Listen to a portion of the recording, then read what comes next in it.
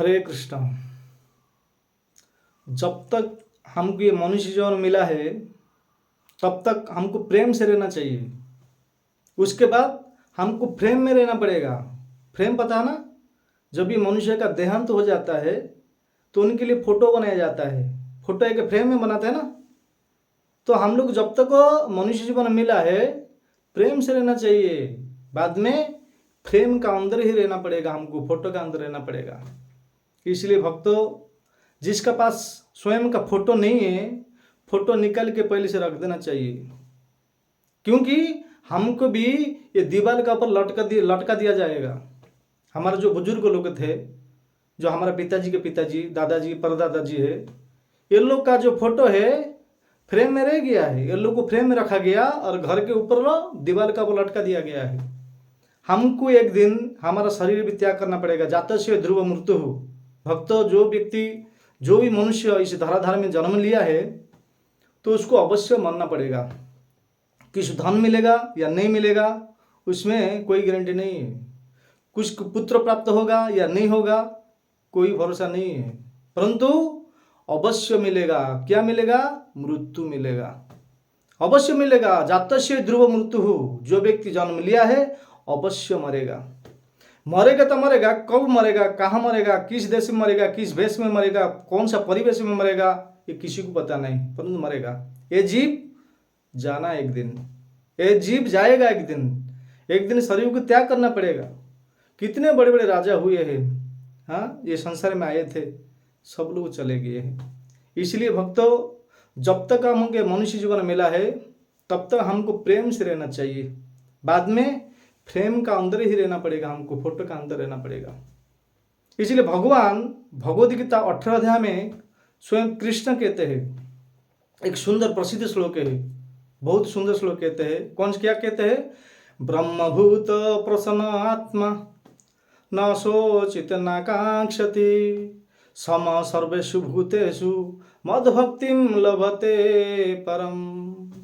भगवान कृष्ण कहते अर्जुन को, हे अर्जुन, ब्रह्मभूत प्रसन्न आत्मा, जो मेरे भक्त होते हैं, जो ब्रह्मभूत अवस्था में वो प्रसन्न रहता है, जो कुछ मिल जाता है उसमें संतुष्ट रहता है, ना कि झगड़ता रहता है। उदाहरण स्वरूप हमारा भागवत पंचम स्कंद में जो जड़ भरत जी के जो कथा आता है, जड़ भरत ऐसा थे किसके साथ बात नहीं करते थे। यद्यपि पृथ्वी के सम्राट, चक्रवर्ती सम्राट थे भरत महाराज, जिनके नाम से जगह का नाम पड़ा भारत, वो भरत महाराज जड़ के रूप में रहते थे, किससे बात नहीं करते थे। वो सोचते थे कि किससे क्या बात करूं। कोई भी किससे बात करेगा तो घर का ही बात बताएगा, मेरा परिवार का ऐसा हो गया, वहां पे ऐसा हो गया, फलाना हो गया, ये हो गया, ऐसा ही बताएगा। इसीलिए चुप रहते थे।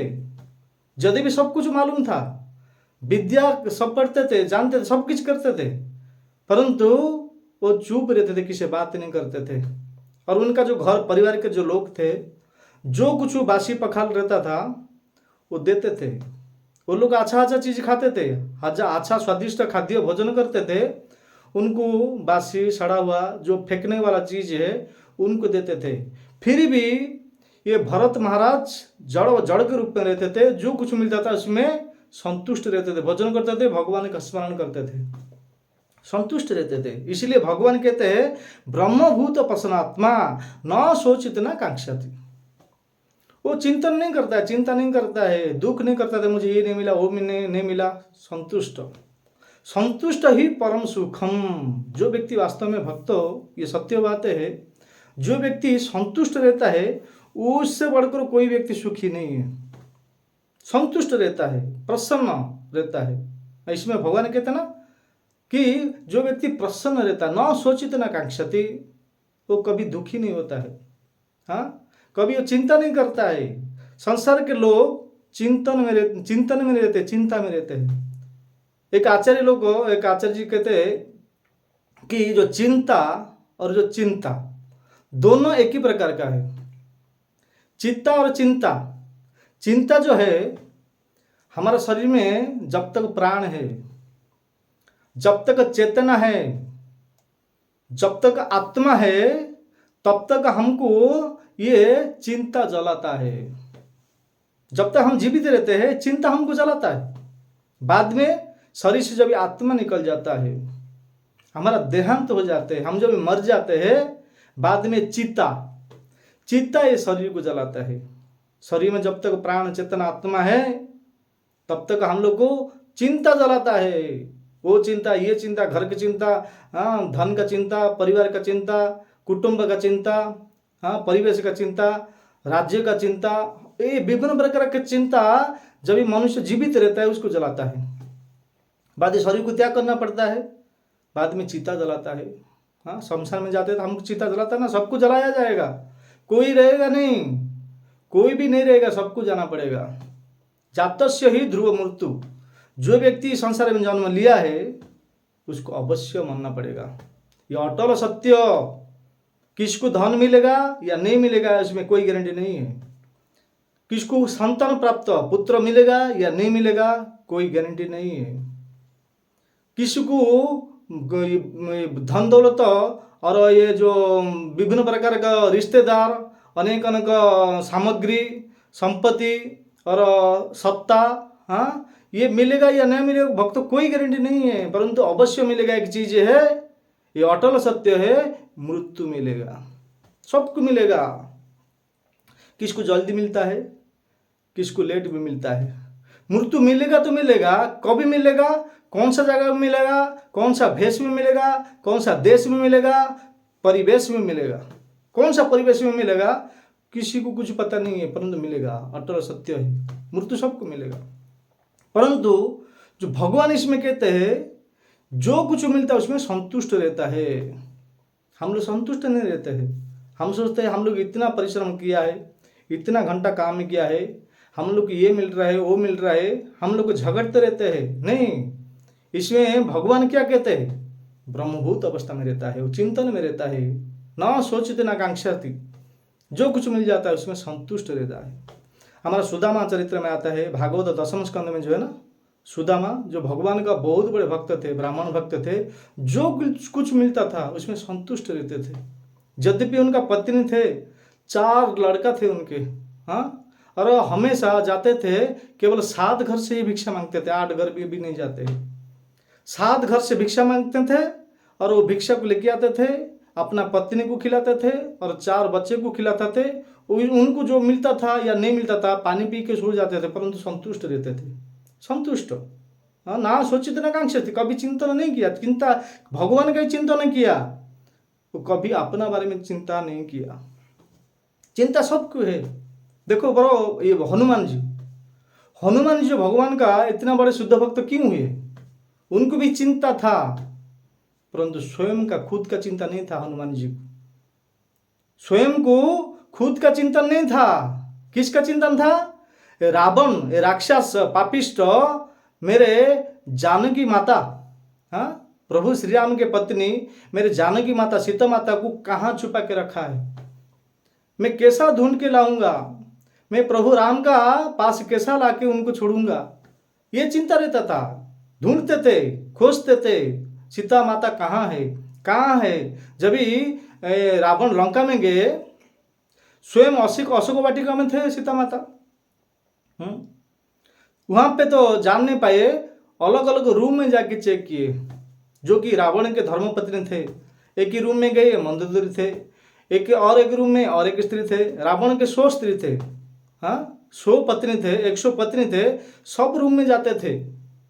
कहते थे कि अरे सीता माता तो ऐसा राजमहल में नहीं रहने वाले, क्योंकि वो सती है, मेरे प्रभु श्री राम के पत्नी है, ये राज सिंहासन में नहीं बैठेंगे, राज दरबार में नहीं रहेंगे, ऐसा राजमहल में नहीं रहेंगे, ये हो नहीं सकते, ये सीता माता नहीं है। ऐसा ढूंढते रहते थे और हम हमेशा चिंता करते थे कि मेरे प्रभु राम को मैं कैसा प्रसन्न करूं। मेरे प्रभु राम बहुत दुख अवस्था में है, जब से ये सीता को रावण लेके गया है, प्रभु राम श्री राम बहुत चिंता में रहते हैं। उनको तो चिंता रहता था, परंतु हनुमान को चिंता था क्या कि स्वयं का चिंता नहीं था, सीता माता को कैसा लाके प्रभु राम के साथ छोड़ूंगा, यही चिंता था। भक्त यही चिंता होना चाहिए। इसीलिए तो आज का डेट में हनुमान इतना शुद्ध भक्त है, बड़े चढ़ भक्त है, उनको पूजा किया जाता है। परंतु हमारा क्या चिंता रहता है, खुद का स्वयं का चिंता रहता है, कुटुंब भरण पोषण का चिंता रहता है, परिवार का चिंता रहता है, अब प्रभु जी का चिंता नहीं रहता है, भगवान श्री कृष्ण का, राम का चिंता नहीं रहता है। हाँ, और चिंता करते करते, चिंता जो भी चिंता करता है ना, वो हृदय से आग निकलता है, जलाता है उसको। जब चिंता करता है मस्तिष्क में जाता है, माइंड में जाता है, वो जलन होता है। हाँ हाँ, अग्नि निकलता है, हमारा हृदय में अग्नि है ना, अग्नि प्रज्वलित हो जाता है, उसको बहुत चिंता और सताता है। तो चिंता और चिंता दोनों एक ही प्रकार है। जो कि मनुष्य जीवित रहता है उसको चिंता सताता है, और चिंता जो है ये शरीर को त्याग करने के बाद जब मर जाता है, देहांत हो जाते हैं, उनको जलाते हैं। तो भगवान इसमें कहते हैं श्लोक में, ब्रह्मभूत पचनात्मा न सोचित्र कांक्षासी। और क्या कहते हैं, सम सर्वेषु भूतेषु। हे अर्जुन, मेरा जो भक्त है ना, सम सर्वेषु भूतेषु, जो जितना भी जीव है संसार में, जो भी 84 लाख जूनी, ऐसा नहीं कि मनुष्य नहीं है, सम सर्वेषु भूतेषु, जितना भी संसार में जीव है सबके प्रति दयालु रहता है, सबका साथ स्नेह रखता है, प्रेम से आनंद से रहता है, किसी का चिंता नहीं करता है। हाँ, किसी को दुख नहीं पहुंचाता है। हाँ, और ऐसे भक्त, भगवान कहते हैं ऐसे भक्त मेरा भक्ति करने का तत्पर रहता है, अति शीघ्र जल्दी ही मेरा शरणागत होकर, मेरा भजन कीर्तन होकर करके मेरा परम धाम में आ जाता है। और ऐसे भक्त मतलब मुझे अत्यंत प्रिय है। ऐसे भक्त जो है ना, मद्भक्ति लभते परम। हाँ, ऐसे भक्त मुझे अत्यंत प्रिय है। हाँ, कभी किसी को डांटा नहीं है, किसी का द्वेष नहीं किया है। हाँ, ऐसा व्यक्ति कहते ब्रह्मभूत अवस्था। ऐसे ब्रह्मभूत अवस्था में जो व्यक्ति लीन हो गया है, उसको कभी भी दुख नहीं आएगा। सबको सम सर्वेषु भूतेषु है ना, सबको समान भाव से देखता है, किसका एग्नेस्ट भाव से नहीं देखता है। किसका साथ भक्तों का जो होते हैं कोई शत्रु नहीं होता है। भगवान का जो भक्त होता है उसका कोई भी शत्रु नहीं होता है। ये भगवान कपिल देव भी कहते हैं, भागवत तृतीय स्कंद में देवहूति माता को कहते हैं, जो भक्त का लक्षण है। क्या कहते हैं, तितिक्षा कारुणिका सुहृद सर्वदेहिनाम अजात शत्रव शांता साधवो साधवो क्षणा। अजात शत्रव शांता, जो शत्रु भी है उनको मित्र बनाना चाहते हैं। वास्तव में भक्तों का कोई भी शत्रु नहीं होता है। सम सर्वेषु भूतेषु मद्भक्ति लभते परम। हाँ, सम सर्वेषु। अब चाणक्य पंडित भी कहते हैं, एक पंडित हुए हैं, आज से कुछ 400-500 वर्ष पूर्व आए थे, कि पंडित है जिनका नाम चाणक्य पंडित है। सारे संसार के सभी लोग जानते हैं, वो तो पंडित है। और संसार में कौन पंडित है वो स्वयं कह रहे हैं, वो बताते हैं। पंडित कौन है कि जो व्यक्ति अपना जो पत्नी को छोड़कर सारे संसार में जितना भी स्त्रियां है सबको माता के रूप में देखता है। ये श्लोक में कहते हैं, मातृ परदारेषु पर द्रव्येषु लोष्टवत आत्मावीति सर्वभूतेषु ये पश्यति च पंडिता। यह पश्यति च पंडिता आत्माभूत सर्वभूतेषु यह पश्यति च पंडिता। वो कहते हैं कि मातृ परिदारेषु, जो अपना पत्नी को छोड़कर सारे संसार के जितना भी स्त्रियां है सबको माता के रूप में देखता है। और परद्रव्येषु लोष्टवत, परद्रव्येषु का अर्थ है जो कि संसार में जिसका धन है, किसी का पर का है, दूसरे का धन को वो मल की तरह सोचता है, वो कचरा की तरह सोचता है, वो डस्टबिन की तरह देखता है। परद्रव्येषु लोष्टवत, उसका संपत्ति का ऊपर आशा नहीं रखता है, वो लोभ नहीं रखता है। स्वयं का पत्नी को छोड़कर सारे संसार के स्त्रियों को माता के रूप में देखता है, दूसरे के धन को मल की तरह सोचता है। और आत्मविद सर्वभूतेषु, संसार में जितना भी जीव है ये भगवान का अंश जैसा मानता है, ये भगवान का अंश है। भगवान भी कहते हैं ना, मामी मांस जीव लोग जीवभूत सनातन है, ये भगवान का अंश है, आत्मा का रूप में देखता है। और भगवान का हृदय में सभी जीव आत्मा को देखता है। और वो जीवात्मा का अंदर स्वयं प्रभु नारायण परमात्मा को दर्शन करता है। आत्मवीत सर्वभूतेषु यः पश्यति स पंडितः। 3 बात कहते हैं। क्या क्या 3 है? सारे संसार की स्त्री को माता के रूप में देखना है, दूसरे का संपत्ति को मल की तरह सोचना है, आत्मवीत सर्वभूतेषु हमारा शरीर में का अंदर आत्मा को देखता है, भगवान का अंश की तरह देखता है, भगवान का शरीर में ही जीवात्मा को दर्शन करता है। यह पश्यति स पंडिता, वो कहते हैं वास्तव में वो पंडित है। और भगवद गीता में 5वें अध्याय में स्वयं कृष्ण अर्जुन को कहते हैं, एक श्लोक बहुत सुंदर श्लोक है, क्या कहते हैं? विद्या विनय संपन्ने ब्राह्मणी गविहस्तिनी सुनी चैव सोपाके च पंडिता समदर्शिनः। विद्या विनय संपन्न ब्राह्मण गविहस्तिनी। हे अर्जुन, जो व्यक्ति विद्या को संपन्न किया है, वास्तव में वेद शास्त्र को अध्ययन किया है, संपन्न किया है, तो क्या है वो सब किया है? जो व्यक्ति वास्तव में सब कुछ पढ़ा है, अध्ययन किया है, तो एक ब्राह्मण को, एक गाय को, और एक चंडाल को और कुत्ता को, सबको समान भाव से देखता है। ये मैं नहीं कह रहा, भगवद गीता में कह रहे, विद्या विनय संपन्न ब्राह्मणी गवि हस्तिनी। गवि माने गाय, हस्तिनी का अर्थ हाथी। हाँ, ब्राह्मण गवि हस्तिनी सुनी चैव सोपाके चह, और इत्यादि अनेक अनेक जीव को समान भाव से देखता है। विद्या विनय संपन्न ब्राह्मणी गवि हस्तिनी सुनी चैव सोपाके चह पंडिता समदर्शन। वास्तव में अर्जुन, वो व्यक्ति पंडित है, पंडित है। ऐसे सब व्यक्ति को पंडित की तरह रहना चाहिए, परंतु आजकल के कुछ जो पंडित है केवल पांडित्य जैसा दिखाते हैं, परंतु वो सबको समान भाव से नहीं देखते हैं। ईर्ष्या रहता है। ईर्ष्या जो 6 प्रकार के शत्रु है ना, लास्ट जो है, जो मात्सर्यता भाव उसको कहते हैं। ये बहुत बड़ा प्रॉब्लम है, ये बहुत बड़ा कष्ट है। उसको पालन करना, शरीर में धारण करना, ये गुण को प्राप्त करना बहुत मुश्किल है। जो 6 प्रकार शत्रु है, काम, क्रोध, लोभ, मोह, मद और मात्सर्यता। मात्सर्यता अर्थ है ईर्ष्या, ईर्ष्यापन, जो दूसरे को देखकर जलता है, ईर्ष्या करता है, उसको कहते हैं मात्सर्यता भाव। ऐसा मात्सर्यता भाव नहीं आना चाहिए भक्तों, क्योंकि हम लोग को भूल गए कि हमको एक दिन शरीर त्याग करना पड़ेगा। हमको ये शरीर त्याग करना पड़ेगा। हम लोग इस बात को भूल चुके हैं, और भूल चुके हैं कि हम नहीं मरेंगे, मर जाएंगे। हम लोग को भी शरीर त्याग करना पड़ेगा। और जब शरीर त्याग करते हैं, हमारा एक आचार्य हुए हैं जिनका नाम भक्ति विनोद ठाकुर।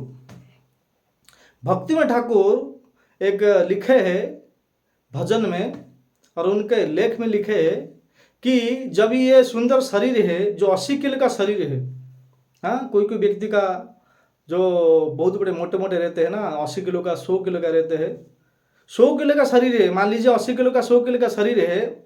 जब उनका देहांत हो जाता है, शरीर को आग लगा दिया जाता है, ये 80 किलो का शरीर केवल 4 या 5 मुट्ठी राख बन जाता है, ज़्यादा नहीं। जब भी लकड़ा से आग लगा दिया जाता है, अग्निदाह संस्कार किया जाता है, तब ये 5 या 4 या 5 मुट्ठी राख बन जाता है। जब जलाया जाता है 4 या 5 मुट्ठी राख बन जाता है। और कोई व्यक्ति को